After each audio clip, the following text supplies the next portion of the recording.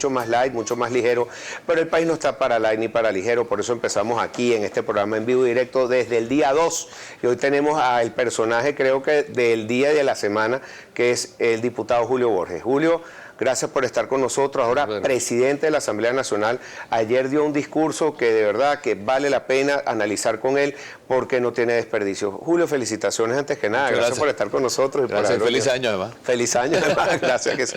Bueno, mira, ayer tuvimos a Chugo Torrealba, él propuso algunas cosas de cambios de la MUD, esta mañana estuvo Freddy Guevara en primera página, lo oí, me pareció muy sensato todo lo que él dijo y todo lo que se va a enfrentar.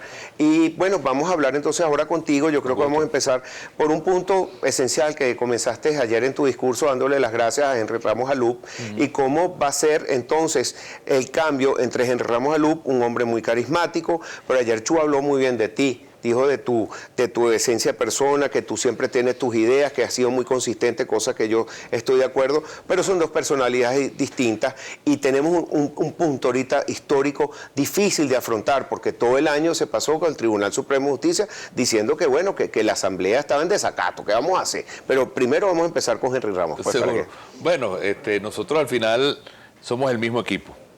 Casualmente yo vengo ahorita de la oficina de Henry Ramos, que estábamos reunidos varias horas allí, analizando las cosas que vamos a hacer, porque cada paso que damos lo decidimos todos, entre todos.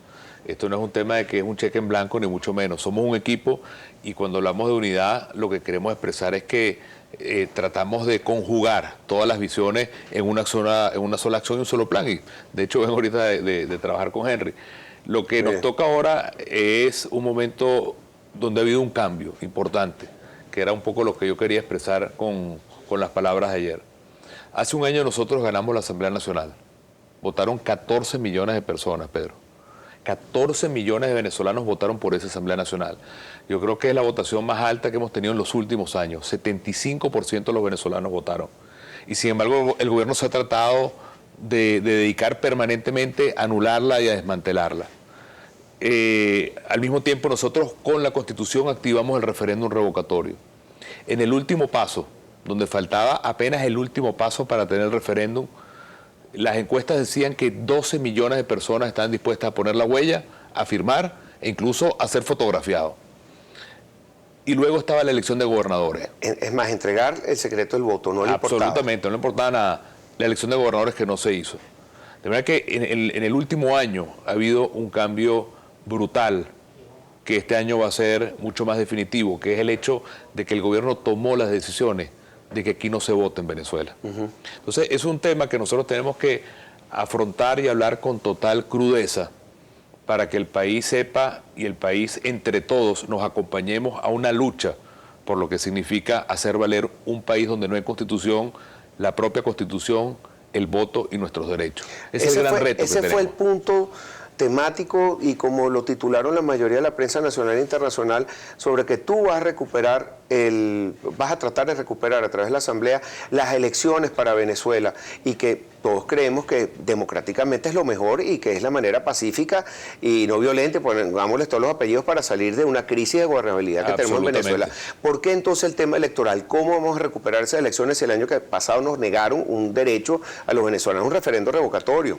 Bueno, ahí es donde nosotros tenemos que ver las cosas blanco o negro. Es decir, aquí no hay matices. Por eso la diferencia del camino en el que nosotros veníamos, donde incluso ganamos la Asamblea Nacional con ese caudal de votos, cambia radicalmente cuando el gobierno ya toma una decisión de no hacer más elecciones. Y este año que tocan elecciones de gobernadores, que no se hicieron el año pasado, o elecciones de alcalde, el gobierno ya tiene una decisión de que no haya elecciones en el país. Entonces, el llamado que desde la Asamblea Nacional hacemos nosotros a toda Venezuela es el llamado a que en este momento, en un país donde no hay ni ley, ni constitución, ni Estado de Derecho, eso nos toca ahora con mucho más fuerza el ponernos de pie como país, a hacer valer y hacer respetar y a convocar a Venezuela entera a que nosotros hagamos valer el tema del voto y el tema del cambio este año. Eso es fundamental, no hay otra ruta. No hay otra ruta que nosotros podamos tener. Y eso significa que los venezolanos, de nuevo, porque lo hemos hecho muchas veces, tengamos que poner toda la fuerza en la calle, toda la fuerza en todos los espacios de lucha para nosotros hacer valer lo que es nuestro derecho a votar. La gente pensará, bueno, estamos agotados, estamos cansados, todo eso es cierto, pero nosotros en este momento tenemos la resistencia de tanto tiempo que no podemos tirar a un lado, sino más bien sumar y seguir en este camino en el cual nosotros tenemos que lograr que ese voto y que ese cambio se materialice este año. Fíjate tú que Ramón Muchacho, que escribe en La Ceiba todos los días y me gustan mucho sus editoriales, lo he invitado muchas veces al programa, me parece un buen analista político-económico. Ayer reflexionaba sobre él estaba ayer en la bancada de los que los dejaron entrar para observar entre los alcaldes y los gobernadores. Y él lo que le llamó la atención, en que entre tanto grito y cosas, tú estabas ahí, nos puedes contar, de hacer como cronista lo que estaba pasando, pero en el momento que tú hablaste de elecciones, que todo el mundo empezó a aplaudir y que fue todo el mundo de acuerdo, inclusive personas del gobierno. ¿Nos puedes contar ese momento? ¿Estás de acuerdo con eso? Totalmente. Fíjate que el grito espontáneo que surgió ayer del público que estaba allí, de los invitados, de los propios diputados, no por el discurso, sino incluso antes del discurso, que fue lo que quizás Ramón quiso destacar, fue elecciones ya. Y una de las cosas que yo quiero reivindicar como venezolano, y fue con lo que terminé el discurso, fue recordar lo que fue la gesta del 23 de enero. Estamos hoy en enero, estamos a 59 años del 23 de enero del 58, pero yo hice referencia al 57.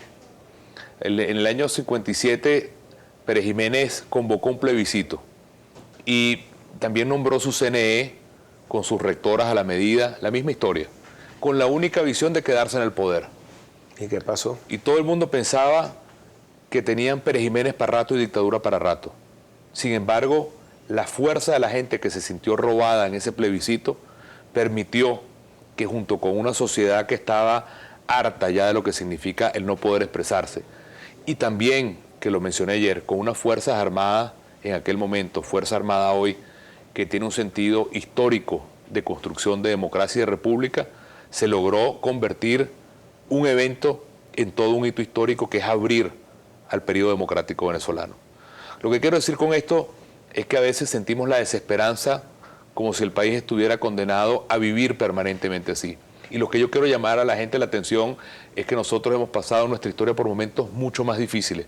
Y siempre ha habido la certeza, la fuerza, la inteligencia, la resistencia para sobrepasar esos momentos y avanzar. Hay otro episodio interesante que tiene que ver con las Fuerzas Armadas, la muerte del general Gómez. Gómez estuvo mandando en Venezuela desde 1908 hasta 1935. Un detallito, 27 años. 27 años.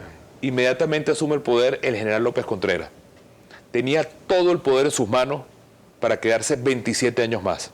Sin embargo, la primera manifestación que recibe, Gómez se muere en diciembre del 35, en febrero del 36 se produce la salida masiva por primera vez en la historia de estudiantes, ciudadanos, dirigentes en aquel febrero del 36, y el propio general López Contreras se quita el uniforme militar, recorta el periodo constitucional. Y un hombre que venía de la parte militar fue más democrático que ningún ministro de la Defensa. López Contreras vino... Y fue el año que se dijo la frase famosa de sembrar el petróleo. Y se abrió el Congreso. Absolutamente. Constitución. Se creó el Banco Central. Increíble. Y hace 80 años.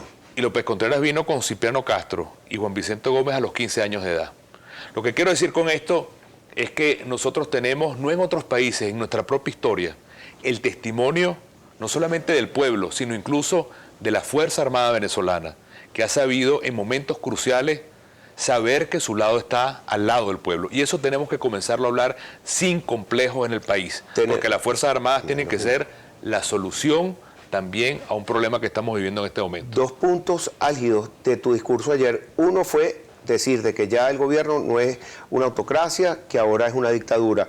Y segundo, que hiciste un llamado, pero con mucha mano izquierda, a las Fuerzas Armadas. Tú no los emplazaste. ¿Dónde quieren estar ustedes pues en la historia?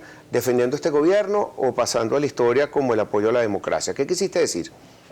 Te lo contesto ahorita después. Tienes 2 minutos. Gracias. No te lo contesto después. No, mira, es un tema importante. Nosotros no podemos generalizar en el caso de la Fuerza Armada. La Fuerza Armada es un espejo del país que sufre los mismos problemas que la mayoría. Ahí se pasa hambre, ahí no hay seguridad social digna. El problema de lo que significa el Estado, los cuarteles, la tropa, es exactamente igual, es un espejo de un país abandonado. Y por una minoría ínfima que se ha dedicado a delitos como el narcotráfico o a violaciones de derechos humanos, Nosotros no podemos juzgar a todo lo que significa miles y miles de personas que creen en que una Venezuela institucional y democrática. Por eso yo lo dije muy claro, cuando nosotros seamos gobierno hoy o mañana, cada caso se revisará. Y nosotros no venimos ni a cacerías de brujas ni a juzgar a las Fuerzas Armadas como un todo. Pero los que han violado derechos humanos y los que han estado en delitos de narcotráfico pueden estar seguros que les va a caer todo el peso de la ley. Y mi llamado no es a la sublevación o a la rebelión militar, todo lo contrario. Más bien el llamado que estamos haciendo es a que se cumpla la Constitución.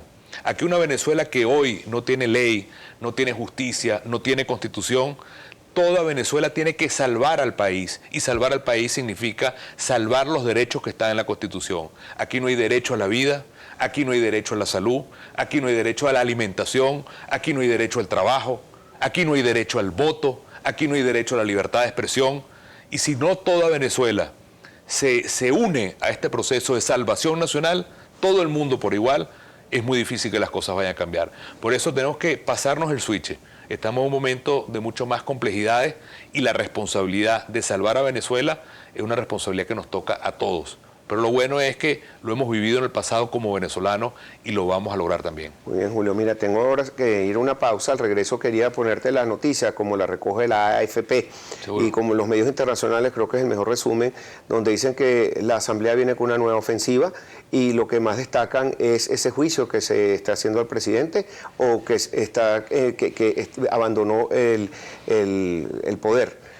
Abandono del cargo. Abandono del cargo. Al regreso quiero que detalles qué es lo que va a hacer el gobierno y también cuál es la ofensiva que tiene el gobierno, porque tengo entendido que tiene una demanda ya preparada para... Y lo están diciendo todo el tiempo. Una demanda más. Ya van 40. Pero una